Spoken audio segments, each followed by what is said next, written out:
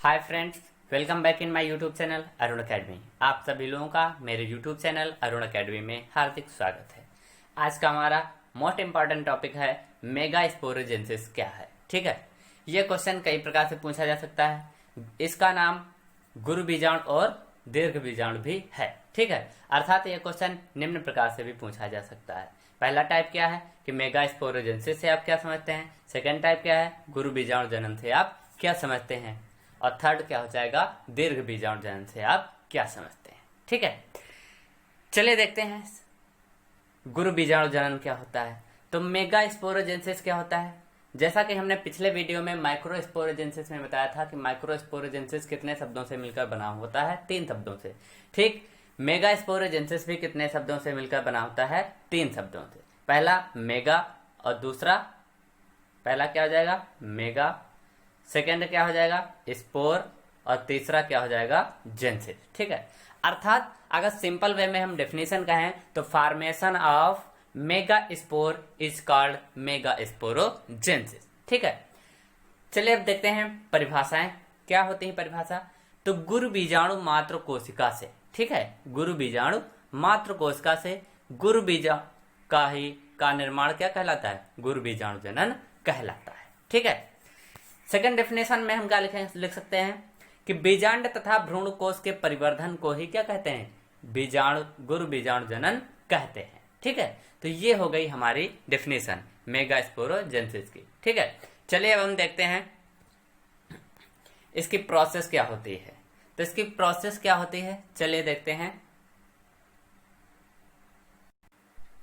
चलिए देखते हैं इसकी प्रोसेस क्या होती है।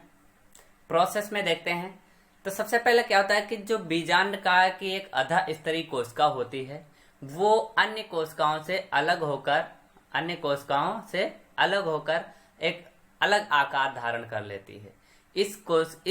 इसे हम प्राथमिक प्रपस्व कोशिका कहते हैं। ठीक है, फिर क्या होता है कि यह प्राथमिक प्रपस्व कोशिका विभाजित होकर 2 सेल में विभाजित हो जाती है। पहला पेराइटल सेल और दूसरा है स्पोरोजिनस सेल। ठीक है, अब क्या होता है कि पेराइटल सेल में लगातार विभाजन होता रहता है, परंतु जो स्पोरोजिनस सेल होती है अर्थात बीजाणु जनक जो कोशिका होती है इसमें किसी भी प्रकार का कोई भी विभाजन नहीं होता है। और यही जो स्पोरोजिनस सेल होती है ये क्या करती है, मेगा स्पोर मदर सेल का कार्य करने लगती है। ठीक है, अब जब ये मेगा स्पोर मदर सेल का कार्य करेगी तो इसके द्वारा कितने 4 मेगा स्पोर का निर्माण हो जाता है, अर्थात 4 गुरु बीजाणु का निर्माण हो जाता है। परंतु होता क्या है कि मेगा स्पोर का निर्माण कितना हुआ, 4 हुआ, लेकिन जो 3 होते हैं वो निष्क्रिय हो जाते हैं, लेकिन जो चौथा चलेजा की तरफ यानी निभाग की ओर जो होता है वो क्रियात्मक गुरु बीजाणु के रूप में कार्य करता है तथा भ्रूणपोष का निर्माण करता है। चलिए देखते हैं हमको लिखना क्या है।